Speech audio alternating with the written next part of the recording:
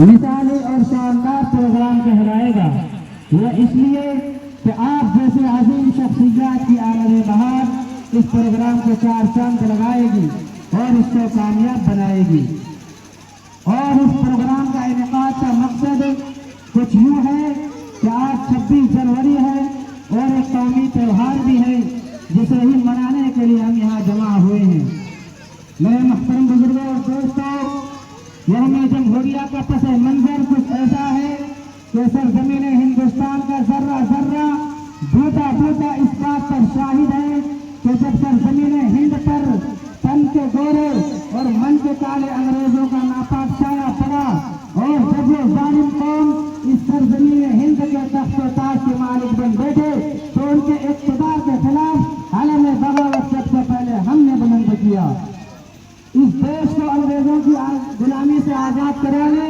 اور ان کی چنگل سے چھڑانے کی تلاش میں کبھی ہم نے پھانسی کے پھندوں کو چوم کر منزل کا نشان پوچھا تو کبھی ہم نے برسر عدالت نغمے آزادی کو گنگنایا تو کبھی ہم نے افغان کے ان پہاڑوں کو اپنا نشے مند بنایا تو کبھی ہم نے مالٹا کے کو اپنا وطن بنایا۔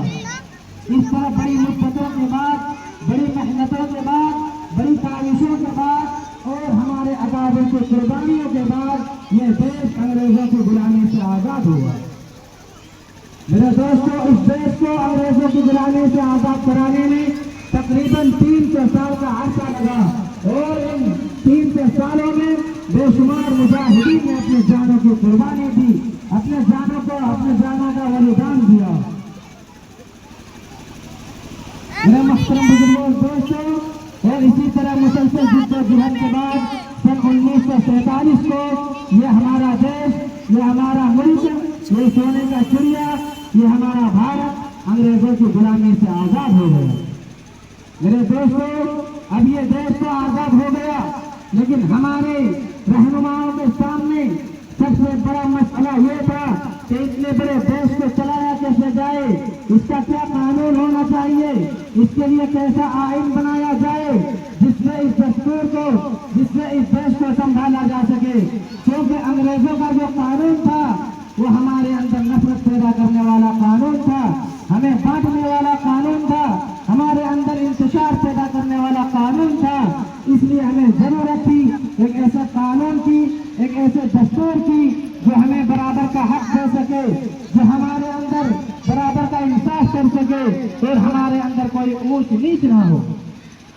اس کے لیے ایک دستور ساز کمیٹی بنائی گئی اور اس کمیٹی میں 299 اراکین شامل تھے اور اس کمیٹی کے صدر ڈاکٹر بھیم راؤ امبیڈکر منتخب کیے گئے اور اس کمیٹی ساز نے 26 نومبر 1949 کو مسودہ آئین تیار کر کے 26 جنوری 1950 کے اجلاس میں اس کو انگریزی اور ہندی کے کاپیوں پر دستخط کر کے اسے جمہوریت سے سرفراز کیا اور اس سے پورے ملک ہندوستان میں نافذ کیا۔ تب سے لے کر آج تک ہر سال ہم یوم جمہوریہ 26 جنوری بطور جمہوریہ مناتے آ رہے ہیں۔ یہ الگ بات ہے کہ کچھ لوگ خفا رہتے ہیں، اے وطن ہم تیری ذروں پہ فدا رہتے ہیں، ہم نے صدیوں تیری دھرتی پہ عبادت کی ہے، ہم تیرے واسطے مصروف دعا رہتے ہیں۔ میرے دوستوں، پروگرام کی فہرست کافی طویل ہے، اس لیے آئیے بلا کسی تفصیل، تطویل، تاخیر اور تمہید کے ہم اپنے اصل پروگرام کی طرف رجوع کریں اور اپنے پروگرام کا آغاز اس رب ذوالجلال کے کلام سے کرتے ہیں جن کی شان عظمت کا کیا پوچھنا، جن کی شان عظمت کا کیا پوچھنا، وہ تو شہنشاہوں کا شہنشاہ ہے، وہ تو سلطان السلاطین ہے، رب کائنات اور کونوں مکان ہے، شمس و قمر، جن و بشر، شجر و حجر، بحر و بر، عرض و فلک، عرش و کرسی سب اسی کے محتاج ہیں، جن کی حمد و ثنا الحمدللہ رب العالمین ہے، رحمت کاملہ الرحمن الرحیم ہے، عزت کبریٰ مالک یوم الدین ہے، جن کی عبادت کا طریقہ ایاک نعبد و ایاک نستعین ہے اور سیدھے راستے پر چلنے کا نام اہدنا الصراط المستقیم ہے اور سیدھے راستے پر چلنے والے انعام یافتہ لوگوں کے لیے صراط الذین انعمت علیہم، اور وہ کروڑوں لوگ جو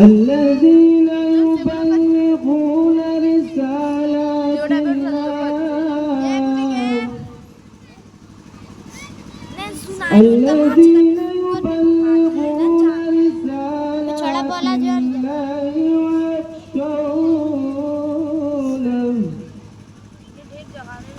ويخشونه ولا يخشون أحدا إلا الله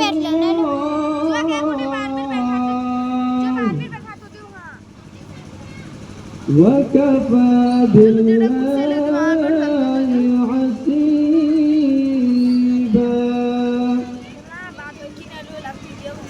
ما كان محمد أبا من رجالكم